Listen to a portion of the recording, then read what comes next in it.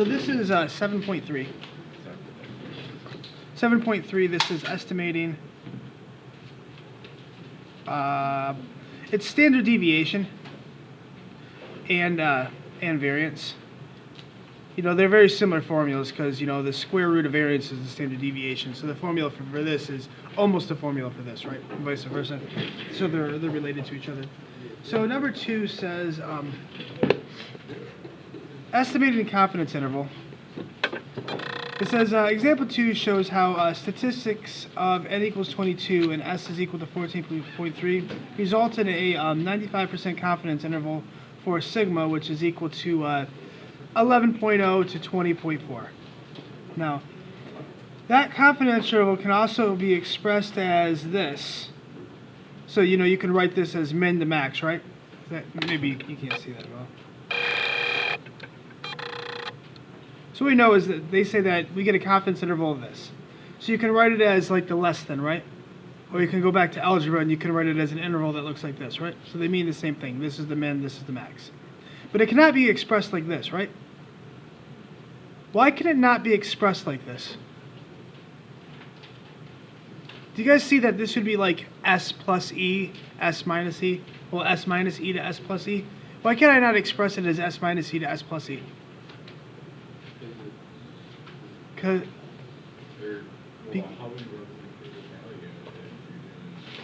but in proportion and in mean, like in proportion. So if we did 7.1, proportion was p hat minus e less than p hat plus e, right? Yes. So you got a number minus a number plus a number. In the mean, you can do x bar minus e less than mu less than x bar plus e. So like the methods were very similar. You guys agree? Yeah. The reason why is because the distributions have what kind of shape?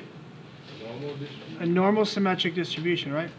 So what I know is with standard deviation, this is not the case, right? Mm-hmm. You can't do it that way. Because this is, you know, these are both bell-shaped, but this is skewed right, isn't it? Yes.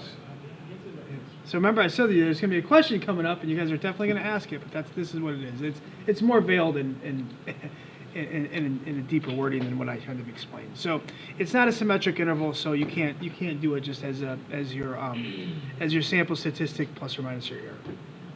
However, the way we do standard deviation is you do n minus 1 s squared less than chi squared right less than sigma less than the square root of n minus 1 s squared all over chi squared left. And that's how we do that particular interval, right? Not this, but this. So,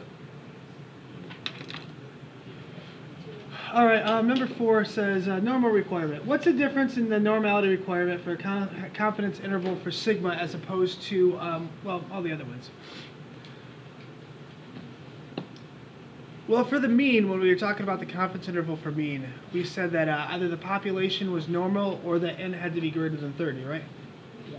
Now, for standard deviation, the requirement's more strict. The population has to be normal.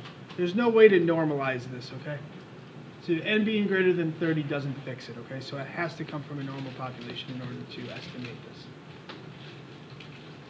So if you try to do something like this, see this dot plot? I can't estimate the standard deviation of that thing because it's not bell-shaped. Does that make sense? Like if it comes from a population that is normal, if you take a sufficient sample, that sample should still have some kind of a bell shape. Wait, so like, I got a question. So like, when look at a bell curve and it's like skewed right, like in the tail longer on the right, like, what does that correspond to? Is that like a... Well, it corresponds to like a distribution shape. So it's a skewed right distribution. It just so happens that a chi-squared distribution is also skewed right. So in order to estimate variance and standard deviation, the sample must come from a population that has a normal distribution. Way we can kind of test normality is when we take a sample, we can do like a dot plot. And if that dot plot comes somewhat bell-shaped, then that's good evidence that the population it came from was also bell-shaped. Does that make sense? Can you see that this is a sample from a population right here, Yeah. this dot plot? Yeah. Does this look bell-shaped? No. So the population probably wasn't bell-shaped. So it means I cannot estimate its standard deviation.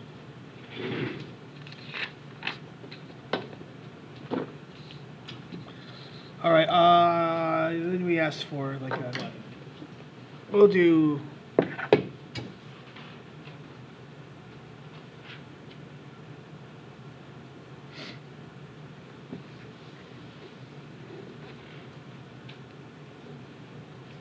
let's do 12.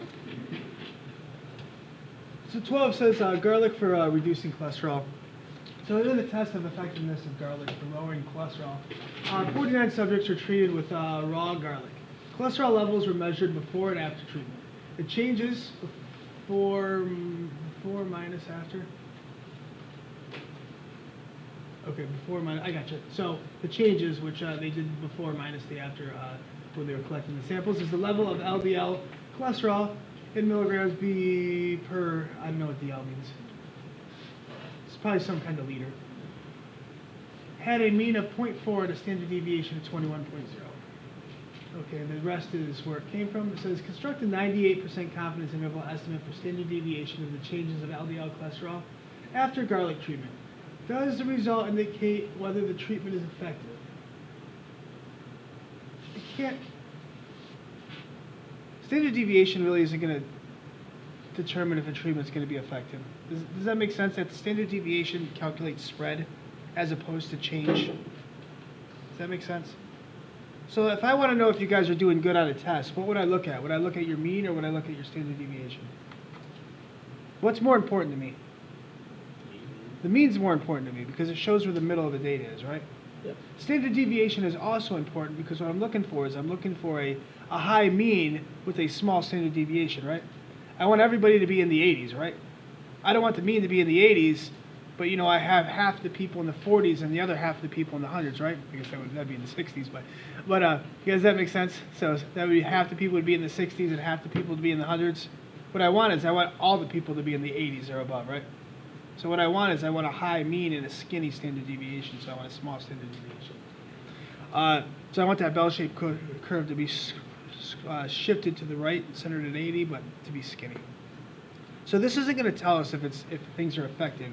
It's going to tell us if it's consistent. Does that make sense? Like standard deviation is going to tell more about consistency. I can live with that. I'm sure there's a better word. Okay, so we're gonna calculate this. Sometimes they give you all the values you need.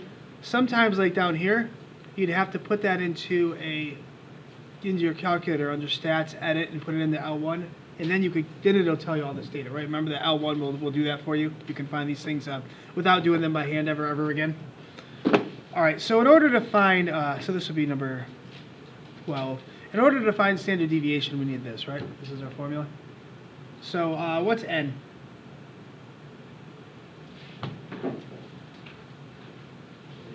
$49, yep. So what is S? 21. Okay, so that's pretty good. I got the numerator of these things, right? I still have to find what? I have to remember, I'm filling out this formula, right? Yes. What do I still have to find? So I got N, I got S, what do I still need to find? X squared. Yeah, these chi-squareds, right? And these things are, Oh, chi-squared. they're chi-squareds, yep. These are the critical values for standard deviation, so I have to find critical values. So it means I'm going to have to go to a table, right? Yeah. So in order to do your chi-squared, which is in Appendix A, in order to do a chi-squared distribution, you don't have to memorize these things. Here's your chi-squared. I gave it to you. Now, when you look at the table, what it says is number of degrees of freedom is up top. So that's an F. That's the F distribution. Yeah, But you guys will get there I was eventually. gonna say, So here's your chi-squared distribution. It says it right here, chi-squared distribution. So up here it says area to the right of the critical value, and over here it says degree of freedom. So what's the degree of freedom? How is that? How do you find the degree of freedom? I'm not as one. So the degree of freedom is going to be equal to 48. And how do you find area? Like what's area? Where's area come from?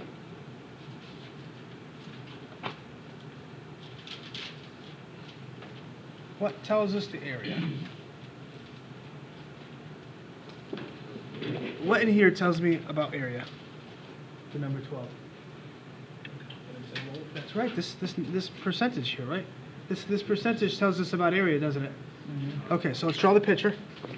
It says to be 98% confident, so here's my picture.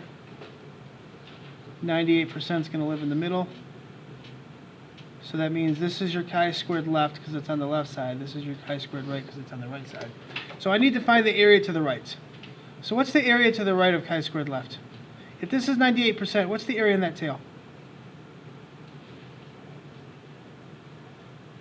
98's in the middle. What's the area of a single tail? It would just be 1%. That's right, so 0.01. So the total area to the right of this number right here.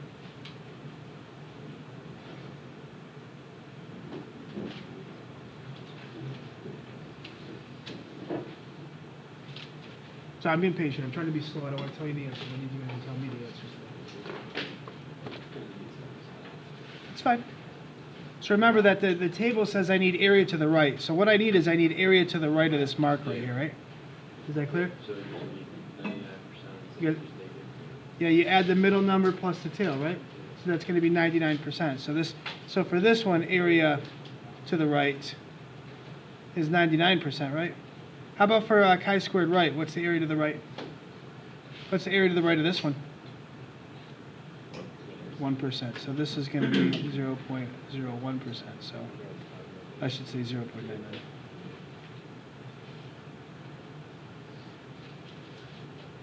So now what I'm going to do is I'm going to take the degree of freedom and I'm going to line it up with each one of these numbers separately, okay? So go into your chi-squared, which says we have area to the right.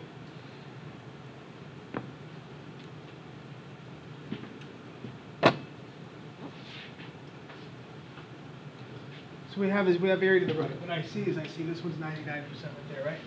You guys agree? Mm-hmm. And then I have the degree of freedom of what? 48. What is it? 48. That's right. So I'm sending numbers. All the way down here. So can you guys tell that is the second column? Yep. Okay, so all the way down to 48, right? I don't see 48. So what number am I going to use? 50. So this is our number right here, right? Yep. So this is our number. 50 is going to be the 29707.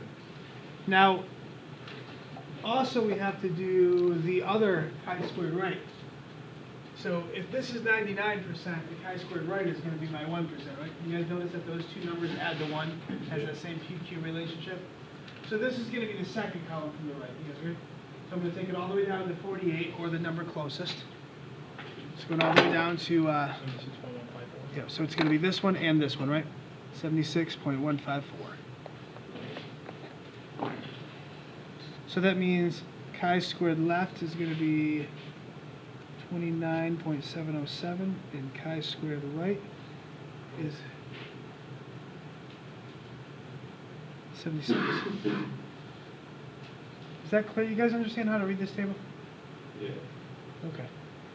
That's it. Because if you can read the table, then you can do the work. Basically, we need to know how to read a z distribution, right? We have to know how to find z-scores. We need to know how to find t-scores. The last thing is how to find chi-squared scores, essentially, with lack of a better word. So you need to be able to find our critical values. So plug in these numbers into here. So that means this critical, the confidence interval is going to be the square root of n minus 1. So they should just write df there instead of n minus 1. Do you guys agree? Yeah. I don't know why, but but I'm going to write 49 minus 1. You guys are welcome to just write 48 instead, because that's what it is. Times the standard deviation, which was, was it 21? 21.0, is that what it was? Yes. Okay, times 21.0 squared, all divided by chi-squared right. So the right one is going to go on the left-hand side, and then the left one's going to go on the right-hand side. So sigma less than the square root of 49 minus 1 times 21.0 squared, all over 29.707. So just plug it right into my calculator, just as it says. If I have one. You know what I found? I used a regular calculator, not a graphical one, and it gives you different answers. What? You cannot. I swear. No, I don't believe you. I did, Calling you on that. yeah, I'll do it right now. I'll do it on my Google phone. You're gonna tell me Google? Yeah.